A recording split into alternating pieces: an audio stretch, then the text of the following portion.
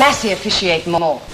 And what happens when Mr. Massey leaves to go to his own church? Well, then we shall all sit here like birds in the wilderness. Until you leave to marry. Marry? To which of the young beaux of Allcross, Mother? To which of all the hundreds of young men who come here with their attentions? Yes, you recognise Dame Judi Dench. Brilliant. Hi, welcome back to The Way They Were. Now, this next batch features a few very early TV performances. Take our first star. Not only was he just starting out, but so was television. Oh, hello. I didn't hear you come in. Well, nice to see you. Welcome to Sunday night at the London Palladium, or Thursday. Well, I really am very, very thrilled to be in this pantomime here because I have such a wonderful part. You know, I'm very thrilled with it. And I have so many costume changes. Do you know, I get changed more times a day now than my baby does. Yes, and all my costumes are in that cupboard over there. I'll show you what I mean. Here's a couple of quick impressions. I want you to try and guess exactly what I am.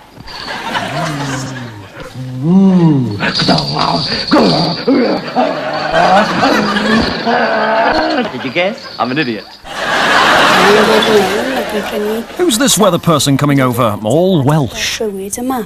Nawr, y pwynt yw fod yna bobl o'r tu allan yn dod mewn a dechrau i fyny busnesau yn trioedd ni. And thou shalt speak my words unto them, whether they will hear or whether they will forbear, for they are most rebellious. Why have you stopped reading, Grace? I thought I heard the doorbell. Hearing a doorbell is no excuse for interrupting a reading of the good book. No, I bought it from the donut shop because I was reading it in the elevator. But then I saw my friend here and, I'm really terribly sorry.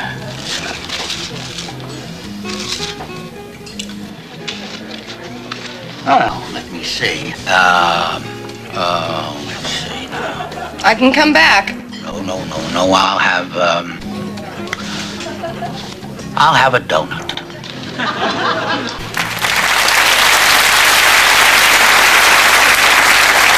Now, my second guest tonight is a legend. He started alongside some of the greatest names in film and television. He won an international acclaim playing Kato, Inspector Clouseau's cunning manservant. You remember him. He's the karate expert who'd hide in Peter Sellers' flat and attack at any moment. Now, in the Far East, there are over 1 billion people, and this actor has played them all. Ladies and gentlemen, please welcome the magnificent Mr. Burt Kwouk.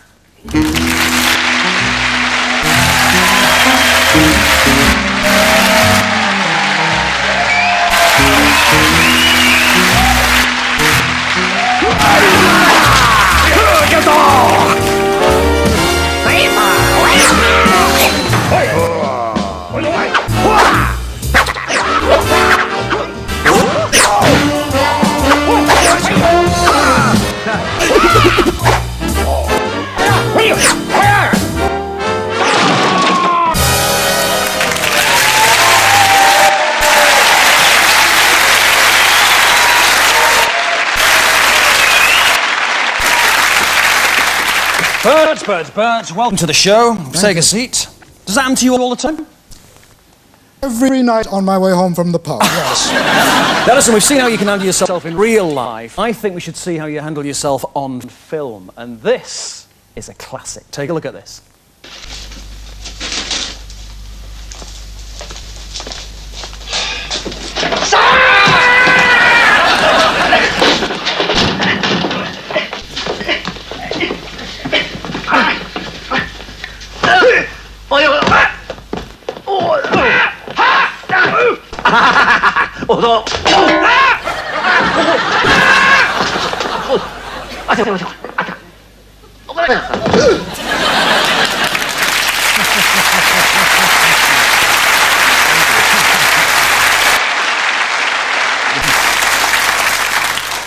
Still makes me chuckle. Yeah, I would just say, it just looked like so much fun.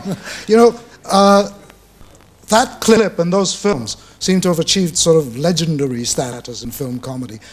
I have to say that at the time I did them, I just thought, oh, nice little comedy, yeah, play for a while, then everybody will forget about it. I was very wrong. I don't think so. I mean, that's how much I know about the business. And what was Peter Sellers like to work with? Yeah, Genius, I think, is the word. Genius. And when you work with a genius, because they're on kind of a wavelength of their own, and you can't hope to get on that, you have to try and hook on to some of it. And if you can do that, then you produce something quite good. Now, Burt, you've been on British TV now for 5 decades, and one of those shows, tell me about Danger Man. Well, I did several. You see, in those days, they did a lot of those adventure television series set all around the world. And each series of 13 or 26, there were 2 or 3 episodes set in the Far East. So when they were set in the Far East, here comes his face. That's how I did Danger Man. I think we should see it. Danger Man, here it comes. Oh, you've got a clip. Well, indeed we have. Colonel Graves, Chantong here. I must talk to you right away. No, not at your office. I've got a family in Hankow to think of. Very well. At the surgery, the other doctor. In 10 minutes. I'll be back after rehearsal.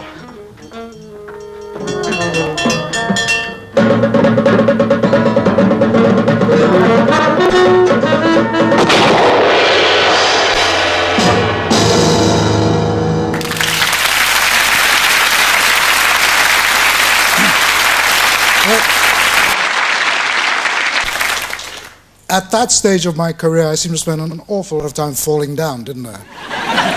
That clip happened before the opening credits. So before the picture started, I was done.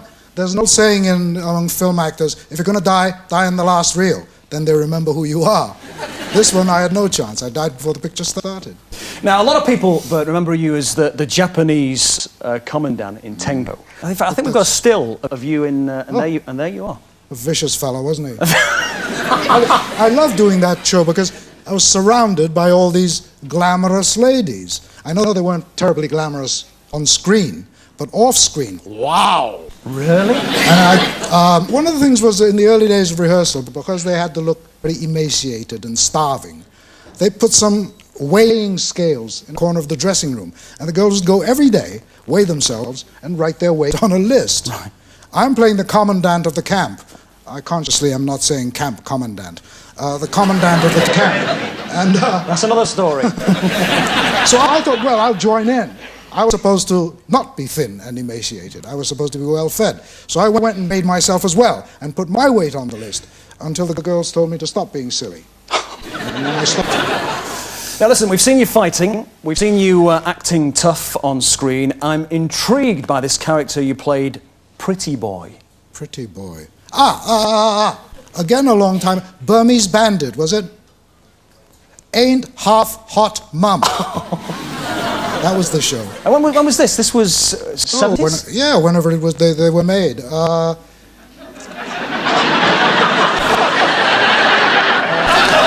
the jungle was in deepest Hampshire, I think. Right. It, yeah. Windsor Davis, Donna Estelle? Windsor Davis, Donna Estelle. You? Melvin Hayes, Chris Mitchell. You see, this was a bunch of guys who had been working together for a long time, and it was like a family. And it's sometimes quite difficult for an actor to go into a show like that, and he's not part of the family because he's going in as an outsider. But because I knew all those guys from before, it was like a family for me. So I enjoyed it. I did about 3 or 4 episodes, I think. And we've got a clip of one of those shows. Here it comes. Now, you can call me Pretty Boy. Now, look here, Pretty Boy. You've no business to kill rhinoceroses, this is. Rhinoceri, sir. I'll be quiet, Ashwood. You've no business to kill them. They're a very rare animal. Oh, me no kill them, just catch them and saw off horns. Well, doesn't that hurt them? No, just make eyes water.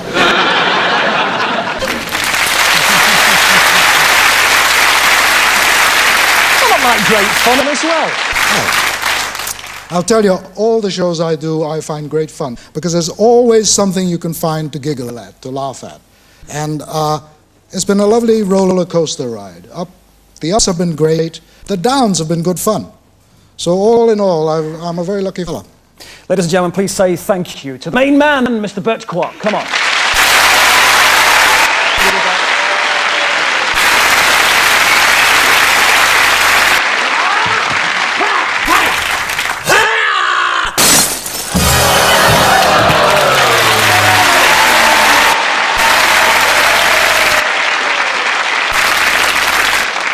This next trip into our television TARDIS gives a great insight into how to get a job in TV.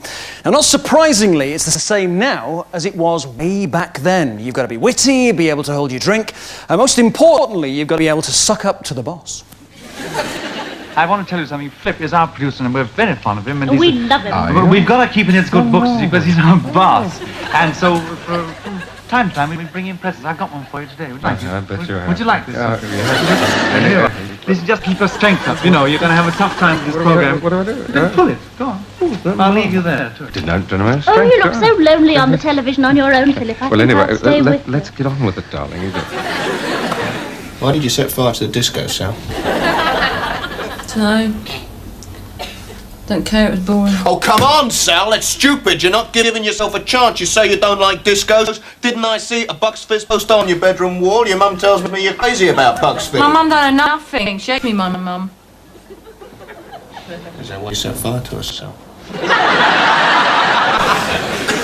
What girl's going to look at us in this get-up, you daft prat? Can you see yourself going into a bar in this gear? Pint of milk, please, mister. Oh, and a riding in a chaser.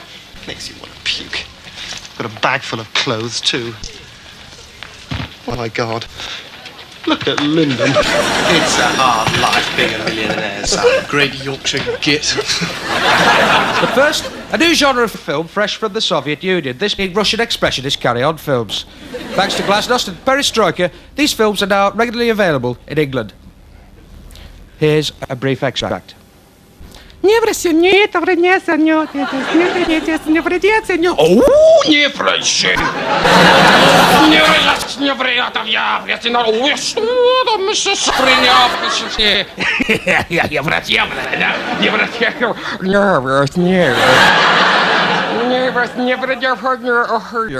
Oh, matron.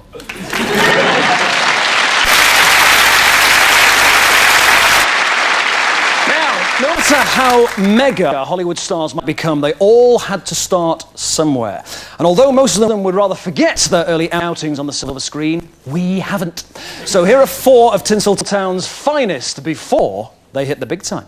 You're gonna hatch your own eggs, Mr. Palmer. Please. Stop.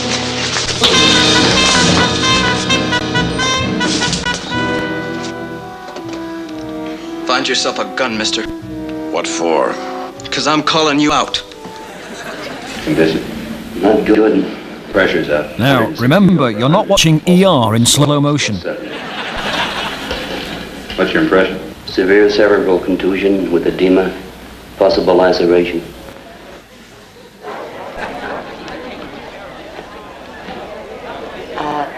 Pardon me, but what is a Rough Rider? Don't be silly. I don't want to join. I can't even ride smooth. What's your name? It's Jack Rice. Oh, you're handsome and brave, too, I'll bet. Do you like girls? Yes, ma'am. So, who's this youthful superheroine? He is bionic. He can kill you. Kate! He is stronger than you are. Stay out of this.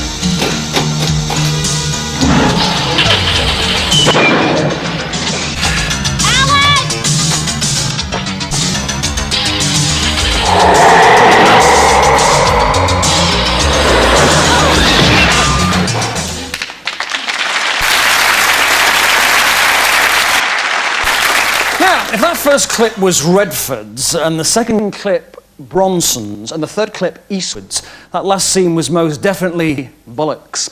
Now, that's hard to believe, but there was a time when all television programmes used to look like this. Ah, the good old days of black and white TV, when you could watch a series like The Grey Pimpernel, kids shows like Grey Peter, and see a classic movie like The Grey Lagoon. You'd also have seen these stars from the years BC, before colour. Dennis Norton, the phrase rule of thumb. Well, it means a very rough and ready method of measurement.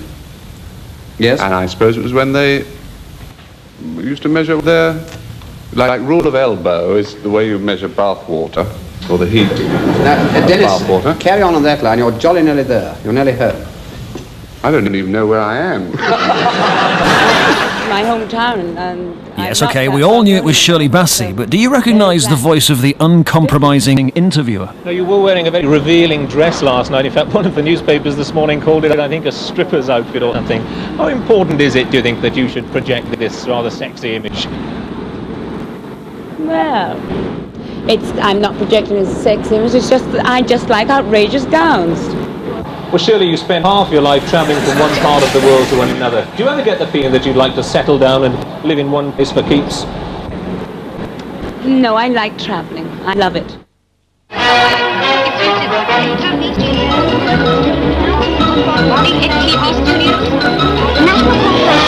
Have you got it?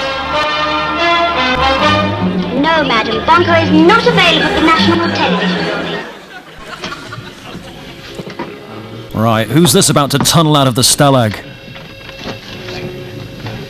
Think I can take you with me? What are measurements? 41, 23, 38. No, you'd never get her through the tunnel.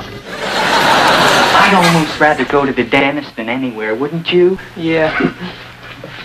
Now, no Novocaine. It dulls the senses. This is gonna hurt you more than it is me. Oh, goody, goody, here it comes.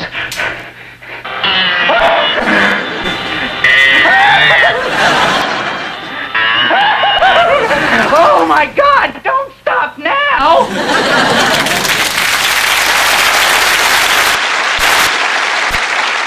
Isn't it good to see the great Jack Nicholson the way he was before he started playing weird people? Right, coming next after the break, Prince Nassim Hamed before his voice broke, and my special guest Gloria Hunniford will be here. But before that, who is this? See you soon. All right, I'll get it. Thanks.